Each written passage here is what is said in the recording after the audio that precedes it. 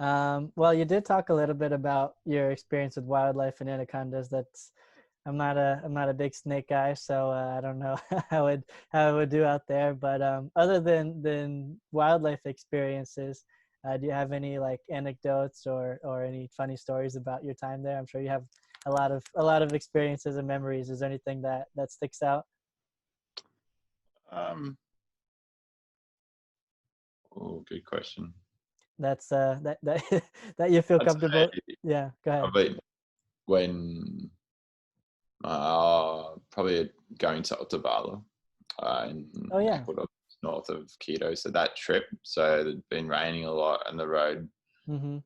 the bridge basically collapsed. So we had Mhm. to what was originally a 7 hour drive, was then a 14-hour drive. Mhm. And just probably now it reminds me of one story where we were at this 4-wheel drive racing event, and they were racing around in mud tracks. And as one of their halftime games, they have this running race through the track. Mhm. So obviously the 4-wheel drive vehicles have churned up the ground. It's all muddy. Mhm. So I'd already had 4 beers. So I thought, and someone comes up to me and says, "Oh, do you want to run?" I was like, "What do you mean?" "Yeah, there's a running race." So like, yeah, why not? Okay, so what do I win? And then he was joking and says, "Oh, you win an Ecuadorian girl." I was like, "Oh, all right, I'll do it." Okay. But it wasn't actually much of a prize. I just did it because, oh, why not? Yeah. And so off I went. And so I'm lining up in my jeans. Everyone's like properly in their running gear. I was like, oh gosh. And I don't have any shoes on. Uh-huh. But um, I just come out of the Amazon. So I was, walking through the Amazon all the time in mud. And here Uh-huh. I am in the Ecuadorian mountains near Otavala. It's just like, you know, there's not much mud there. So I just blitzed them. This gringo who'd spent a lot of time in the Amazon. Mhm. I was, I wouldn't say I was twice as high as everyone, but I could exaggerate and say I was a lot taller than everyone. Right. And just I ran, and everyone was cheering out, "Run, Forrest, run!" and like, "Go, Gringo, go!" and then "Go, Kangaroo, go!" because they Yeah. worked out Australian. And then I won a radio, so I That was won a your car radio. that was your prize? That was actually my prize. Yep. All right. There you go. Yeah. Well, that wasn't, just to clarify, that wasn't in the Amazon that you were doing your race. No, it was Yeah. actually in the Andes, Otavalo near Quito. Yeah. That's fun. Yeah. It's you showed up not Yeah, knowing a race was happening, and then you ended up winning. So, yeah, that's right. And all I right. think I think the whole experience in Ecuador, it's just so close, like the Amazon to the Andes Mhm. and the coast, like Mhm. they're not that far away from each other. So a lot of my experiences, were just all Yeah. over Ecuador. Yeah. I think it's a very underrated travel destination because it's a smaller country, but it has the beach, it has the Amazon, it has the mountains, it has everything. Um, they use the dollar, which I think a lot of people don't know, and it's I guess more convenient if Americans want to travel there. So yeah, definitely one of the cooler places I've been to. Yeah, definitely. Yeah, Yeah. you I go could ahead. go on for ages about Ecuador. All right. Well, obviously, there's a lot of countries and regions that make up the Amazon, and it sounds like you were able to see a little bit in Bolivia as well, and maybe Colombia. What recommendations would you have to someone that is considering going to the Amazon, or is maybe worried about going there, or it's in the back of their mind, but they haven't decided to do it yet?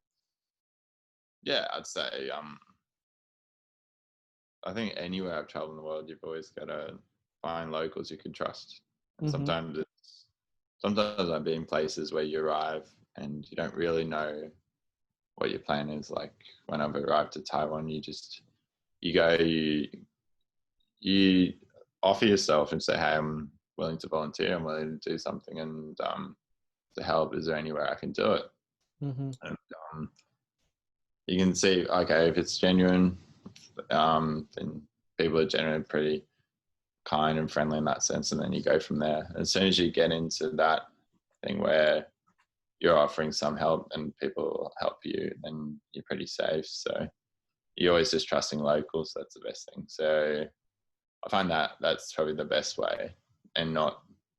I've never gone through these big, go volunteer for 1 or 2 weeks and you pay a whole heap to do it. Mm-hmm. I've always just preferred to keep it simple. Just I'm offering myself. That's it. I don't need to, I'm not willing to help to go farming and collect food and stuff. But really it's just even just arriving. I think it's a big thing in South America. If you offer yourself volunteering, um, it's not as common as I think in Australia. Australia, there's lots of volunteering, and sometimes you'd offer to volunteer, and people would say no, we don't want any volunteers because it's too much effort to organize. But if you're Yeah. in South America and you offer yourself to volunteer, everyone's like, with two hands, they're like, oh yeah, come straight away. Like, Right. we'd love to have a volunteer. Imagine someone working for free. Yeah, so it's really quite easy in South America Yeah. in that sense to find someone who's willing to take you in as a volunteer. Mm-hmm. Yeah, it's interesting to me that there's people who pay a lot of money to go volunteer somewhere when it, to be in like a program, and like it's part of it's tourism as well. It's a cultural experience.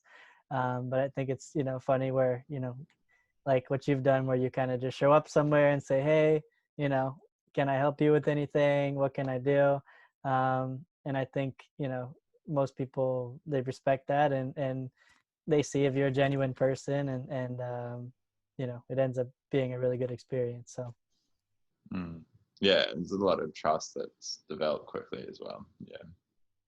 all right, well, thanks for coming on the I don't know if it's a podcast officially, but thanks for coming on today. I know it's early in Australia, so thanks for making the time. It's good to see you, and I don't know where I'm going to see you next, but I know we'll go somewhere.